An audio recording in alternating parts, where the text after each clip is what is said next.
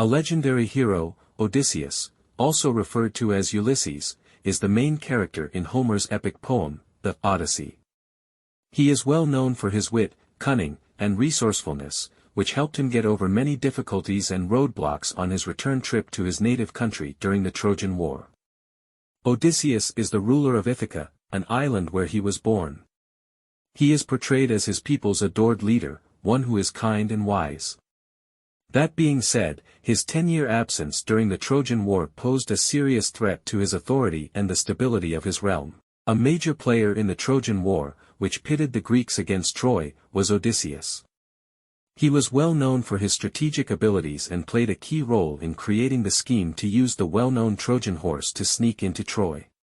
In the end, this cunning plan brought about the city's destruction and the Greek victory. Odysseus set off on a treacherous voyage to return to his hometown after the war. This voyage, which would eventually form the core of the Odyssey, was characterized by meetings with gods and legendary animals as well as a number of difficulties that tried his fortitude, cunning, and endurance. Odysseus had many trials on his adventure, one of which was Polyphemus, the Cyclops, whom he outwitted to escape imprisonment.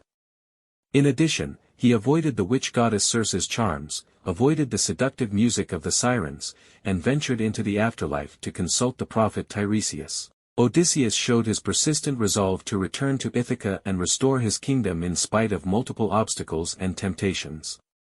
His trip was a life-changing event that helped him develop as a man and a leader. In the end, Odysseus proved his power and his rightful position as the king of Ithaca by defeating the suitors who had taken over his palace while he was away. His laborious voyage came to a happy end when he was reunited with his son, Telemachus, and his devoted wife, Penelope. In Greek mythology, Odysseus is revered as a famous hero, and his tale serves as a tribute to the strength of reason, tenacity, and the human spirit. He is one of the most recognizable characters in literature and a representation of brave perseverance and slyness because of the adventures and struggles that have enthralled audiences for centuries. Following the conclusion of the Trojan War, Odysseus set out on a protracted and perilous trip to return to his native island of Ithaca. He had no idea that his journey back would be full of adventures and innumerable difficulties, trying his will and determination at every turn. With his devoted company by his side, Odysseus set out with his fleet of ships. But as they came under Poseidon's wrath, they faced their first challenge.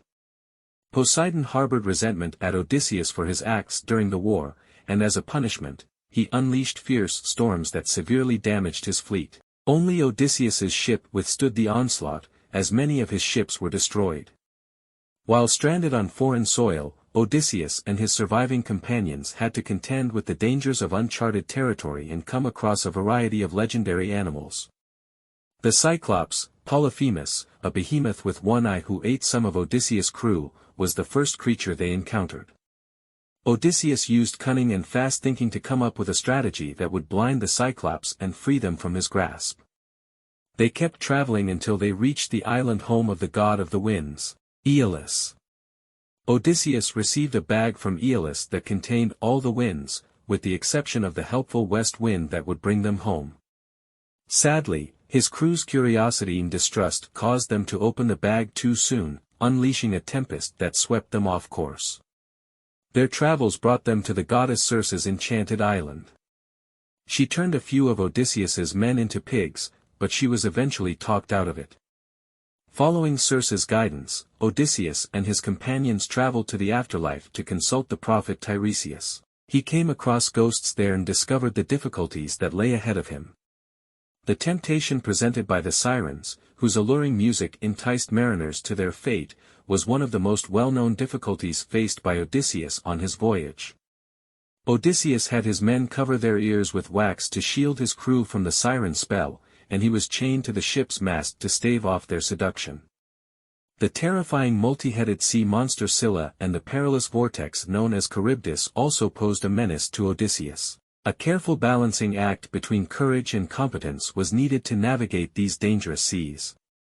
Odysseus faced many more difficulties during his trip, including avoiding the wrath of Apollo, surviving confrontations with cannibalistic giants, and withstanding the wrath of Poseidon, who persisted in pursuing him.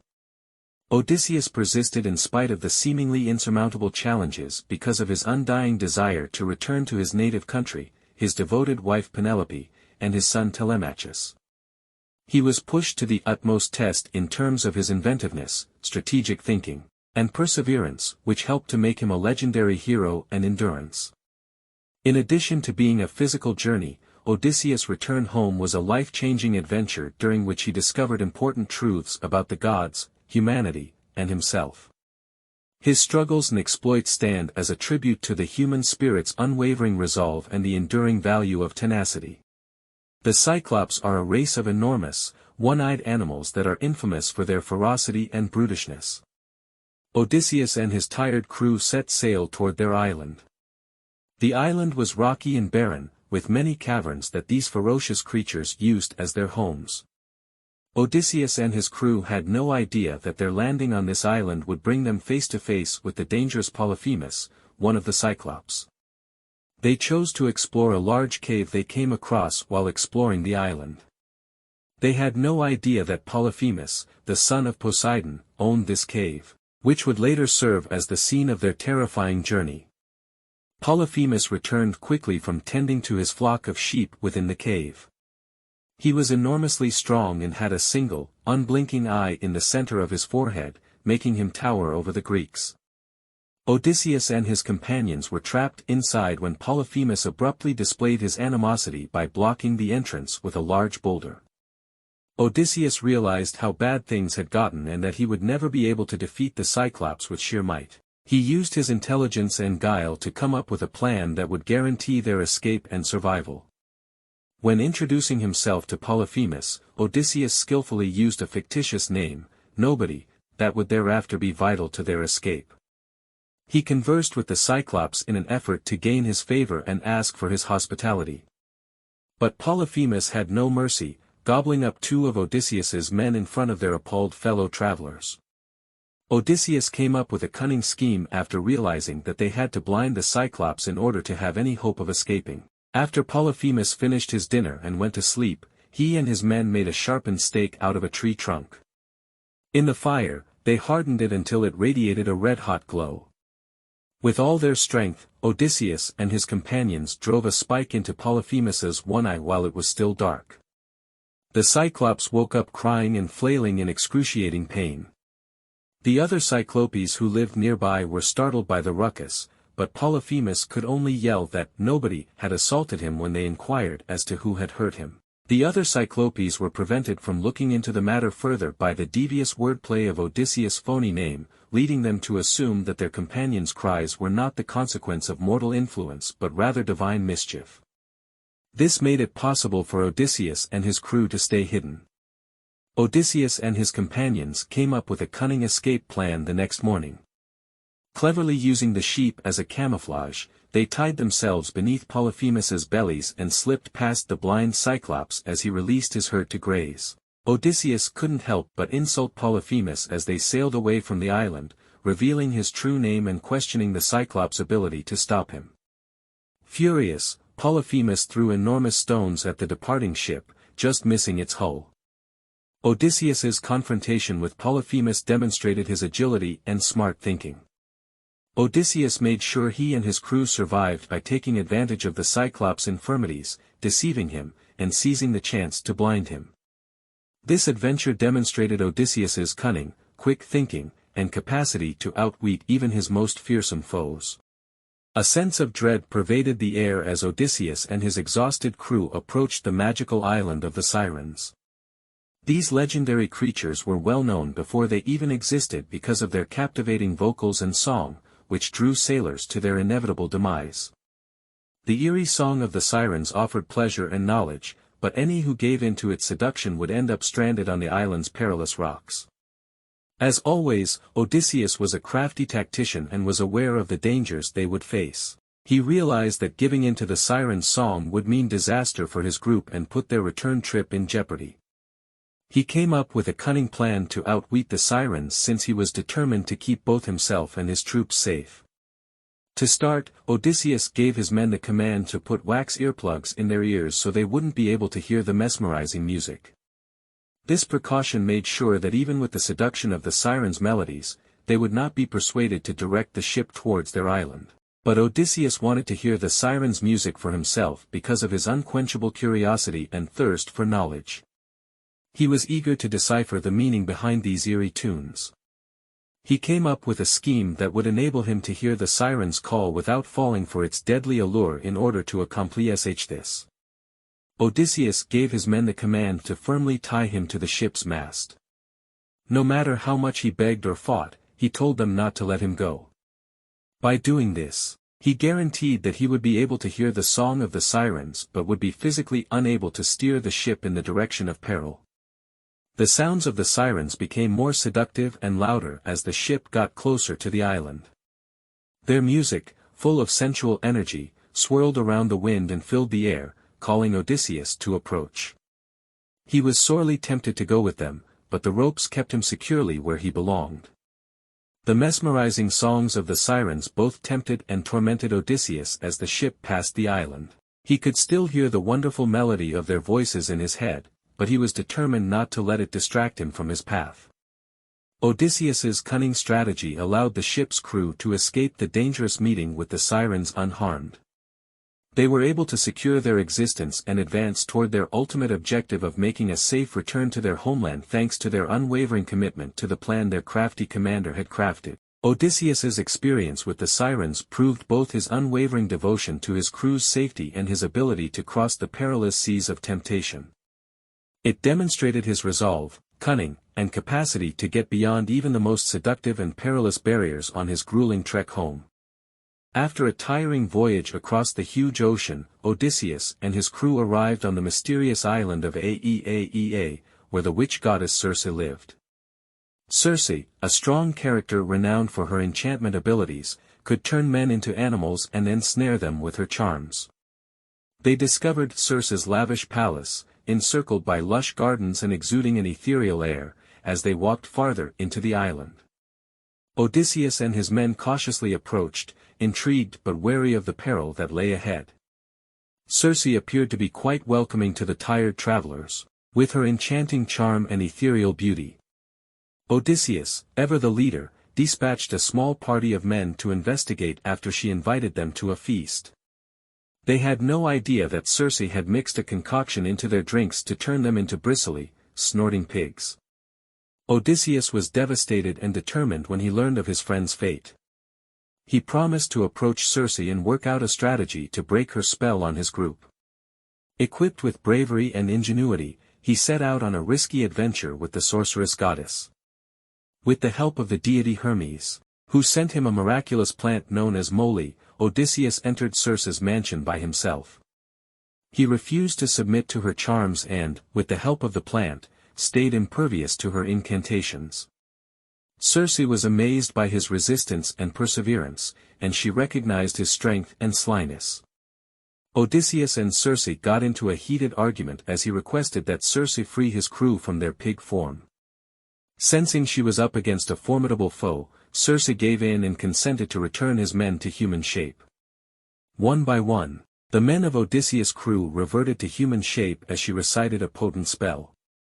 Circe's expression changed from one of hatred to one of respect and even fondness. She developed into an important ally for Odysseus, offering him direction and counsel for the difficulties that lied ahead. She forewarned him of the dangers awaiting him on his travels, particularly the perilous passage through the afterlife. Odysseus and his men trained for the upcoming challenges under Circe's tutelage. They strengthened their spirits, restocked their supplies, and fixed their ships. After gaining newfound strength and wisdom from the witch goddess, they sailed once more, prepared to embark on the next great adventure. Odysseus's meeting with Circe demonstrated his cunning, fortitude, and capacity to adjust to the difficulties posed by the witch goddess's entrancing abilities. With a combination of cunning negotiating, his unwavering drive to break free from her thrall, and his readiness to look for assistance from unanticipated places, he managed to conquer yet another daunting obstacle on his long journey home. Motivated by his quest for wisdom and direction, Odysseus set out on a perilous expedition into the afterlife. He attempted to obtain knowledge and insight from the spirits of the deceased, guided by the prophet Tiresias. Odysseus came into a plethora of ghosts and departed souls as he ventured into the underworld, a place enveloped in obscurity and mystery.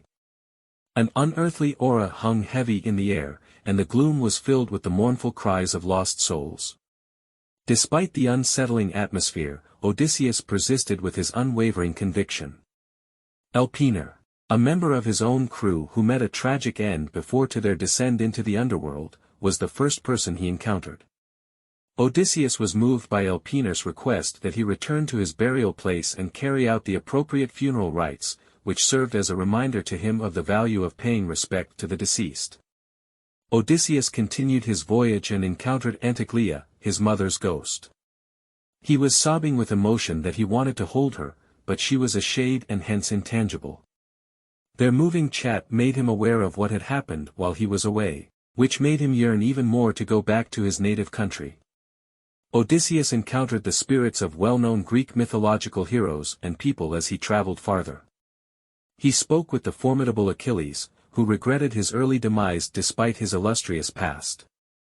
This experience was a potent reminder of the fleeting nature of life and the value of leading a life of integrity and bravery. During the Trojan War, Odysseus also had conversations with Agamemnon, the well-known Greek leader. Agamemnon warned Odysseus of the perils that awaited him on his return to Ithaca by telling the terrible story of his own death. This experience brought to light the frailty of authority and the perilous state of the mortal world. Odysseus eventually came upon the prophet Tiresias, who gave him insightful advice and forecasts. Tiresias told him of the hardships he would encounter on the way to his birthplace and of Poseidon's wrath that awaited him because the Cyclops Polyphemus had blinded him. In addition, he gave Odysseus advice on how to win over the gods and guarantee a safe return to Ithaca. Odysseus learned a great deal about life, death, and the human condition during his voyage through the underworld. He faced the consequences of his deeds, gained insight from the experiences of the deceased, and was given direction that would ultimately determine the course of his journey. Equipped with recently acquired wisdom and a more profound comprehension of his own demise, Odysseus surfaced from the afterlife with a revitalized sense of intention. The information he had learned would be a beacon of hope for him, urging him on in his journey back to Ithaca to take his rightful role as king. Odysseus, worn down and exhausted after years of hardships, eventually touched down on the shores of Ithaca, his home. As he stepped foot on familiar ground, his heart grew eager, yearning to return to his family and retake his kingdom. Odysseus had no idea that his adventure was far from ended. As difficult as the trials he had suffered on his voyage were the difficulties he faced in regaining his kingdom and reclaiming his identity. Going undercover as a beggar, Odysseus headed to his palace in an attempt to learn more about what was going on while he was away. He found his house swarming with conceited, impudent men who wanted to inherit his throne and win the hand of his wife, Penelope. To clear his palace of the suitors and take back his rightful position, Odysseus hatched a scheme with the assistance of his faithful son Telemachus, whom he had not seen since he was a baby. Father and son collaborated in secret, building the foundation for their final meeting.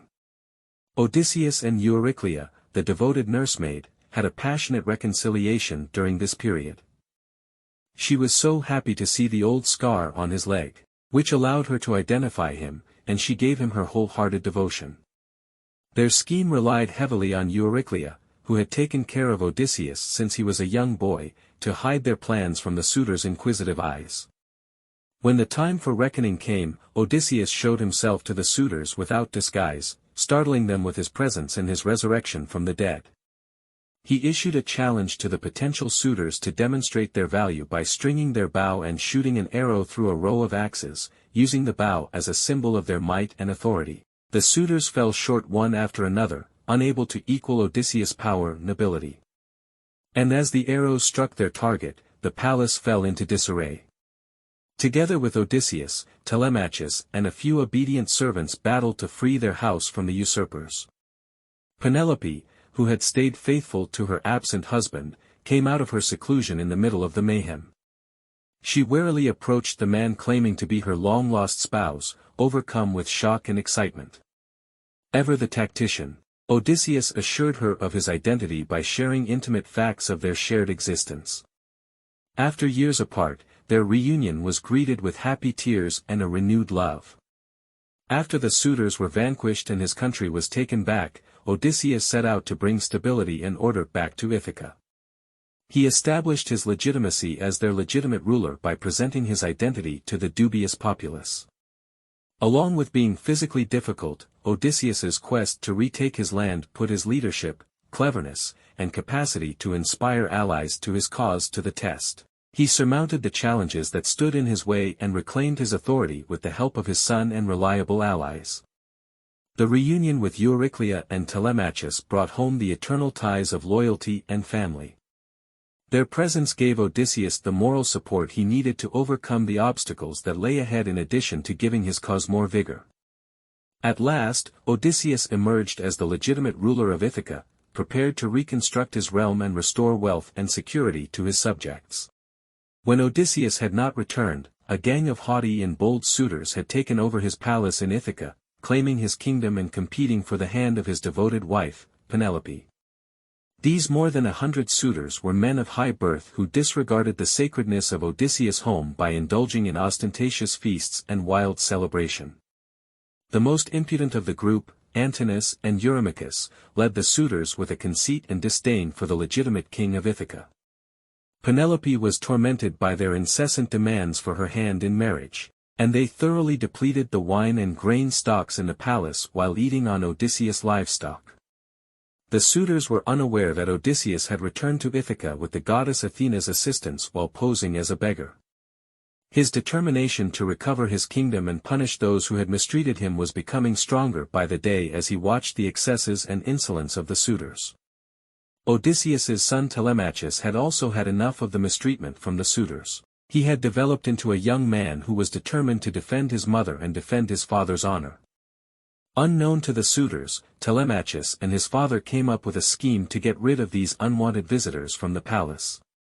Remaining disguised, Odysseus only showed himself to a few faithful attendants, namely his swineherd Eumaeus and the elderly nursemaid Euryclea. They collected weapons and got ready for war together, making sure their plot stayed a secret from the suitors. As the day of judgment approached, Odysseus, no longer a beggar, appears before the suitors, disguised once more as himself. The suitors' realization of their error in judgment and the return of the legitimate king sent a wave of shock and amazement across the court. Odysseus gave the suitors a challenge to demonstrate their value by stringing his powerful bow and shooting an arrow through a line of axes, a feat that only he, the rightful owner, could accomplish. He did this with a stern stare and an authoritative voice. Suitors of different sizes and shapes tried their hand at the assignment, but one by one they fell short, exposing their own ineptitude and conceit. Odysseus, Telemachus, and the faithful servants took action when anarchy broke out. They fought fiercely against the suitors, who were now facing the wrath of the legitimate ruler and his resolute heir, brandishing spears and swords. Odysseus and the suitors engaged in a battle of strength, cunning, and retaliation. With the ferocity of lions defending their pride, Odysseus and Telemachus engaged in combat that resulted in flying arrows, clashing swords, and flowing blood. The king had come to recover what was properly his, and the suitors, once haughty and confident, now understood the enormity of their error. The quantity of the suitors did not equal the ability and tenacity of Odysseus and his faithful comrades. They paid the price for their disdain and arrogance as one by one they were brought low by the justifiable wrath of the legitimate monarch. After the fight was over and the dust had settled, the palace fell silent, the ruins of the suitors' haughtiness visible throughout the hallways and gardens. Weary and victorious, Odysseus observed the spectacle as his realm was at last freed from the grasp of those who had attempted to seize his crown. The titanic conflict between Odysseus, Telemachus, and the suitors demonstrated the unflinching resolve and unbreakable spirit of a legitimate king. This was a fight that would live on in legends for many years to come. It represented justice and the fate of those who dared to question the established order of things. Now that he had rid his palace of the suitors, Odysseus yearned for a reunion with his devoted wife, Penelope, after years of separation and innumerable difficulties. He went looking for her when the battle's pandemonium calmed, a mixture of anxiety and anticipation filling his emotions. Odysseus was aware of his transformation during the voyage, both in terms of appearance and personality. Despite all the trials and temptations he had to confront, his love for Penelope never wavered. He had to make sure her allegiance had lasted too. Odysseus cautiously walked up to Penelope, thinking of a scheme to see if she would be faithful and whether or not she would recognize her long-lost spouse. He came up with a plan that would validate Penelope's fidelity and expose his actual identity with the assistance of the goddess of wisdom, Athena. Ever the perceptive and discerning queen, Penelope had become tired of the suitor's advances. To find a new spouse, she had made up her own test, vowing to wed the guy who could shoot an arrow through a line of axes and thread Odysseus' bow, a feat she thought no one could do. Odysseus took advantage of her scheme and put on another disguise, this time hiding his true identity as he made his way into the vast hall where Penelope was waiting for the suitors to try their luck. He watched their vain attempts with a cool manner, waiting for his chance to try. It was Odysseus's moment at last. He moved ahead, declaring his desire to do the feat with a confident demeanor. The suitors sneered, not realizing the beggar's actual strength and skill beneath his mask. A wave of amazement and shock went through the room as Odysseus effortlessly strung the bow, a bow that only he, its rightful owner, could use. He drew back the string, notched the arrow, and released it with a loud twang all in one smooth motion. With pinpoint accuracy, the arrow passed through the axes and struck its target. When Odysseus, no longer hiding, revealed his true identity to his shocked wife, the hall fell into horrified silence. Feeling a mixture of relief, shock, and delight, Penelope looked at her husband, who had been gone for a long time, tears welling in her eyes. Trembling, as though fearing that this reunion might not be real, she took a step forward. Odysseus described their bed, which was a secret between the two of them, in order to confirm his identity. Overwhelmed by emotion, Penelope threw herself into his arms and embraced him, feeling a mixture of desire, relief, and love. It was finally done, the years of waiting, the evenings she'd spent crying over her husband's absence. Odysseus and Penelope's joyful reunion signaled the return of their love and the reaffirmation of their commitment to one another. Their unbreakable relationship had persevered through hardship and the passage of time, growing stronger than before. Odysseus' reign was entirely restored after the palace was recaptured and Penelope's faithfulness was established. The inhabitants of Ithaca exulted, glad that the tyranny of the suitors had ended and that their legitimate king had returned. Once more, the kingdom would pursue prosperity and peace under the direction of a righteous and wise ruler. Now that the royal family was back together, they were ecstatic. Odysseus, Penelope, and their son Telemachus accepted the life they had long desired, one that was full of love, security, and hope for the future. They had a friendship that would serve as the cornerstone for their reign and legacy as they rebuilt their kingdom together. Odysseus experienced a number of hardships as soon as he set foot on the shores of Troy. His cunning and bravery were put to the test as he encountered legendary beings like the Sirens, the Cyclops, and the sorceress Circe. He battled the temptations of riches and immortality, sailed dangerous waters, and suffered the wrath of enraged gods. It is not only his physical strength that makes Odysseus unique, it is also his flexibility and sharp mind. He was an expert strategist who was constantly planning forward. Odysseus was the epitome of inventiveness and cunning, whether it was coming up with the scheme to escape the Cyclops cave or deceiving the suitors in his own house. One of the most famous heroes in Greek mythology is Odysseus. His deeds, which were depicted in the Odyssey, have come to represent shrewdness and cunning. Numerous literary works, theatrical productions, and artistic mediums have reinterpreted and modified his tale, spawning countless more works of fiction and a new generation of storytellers.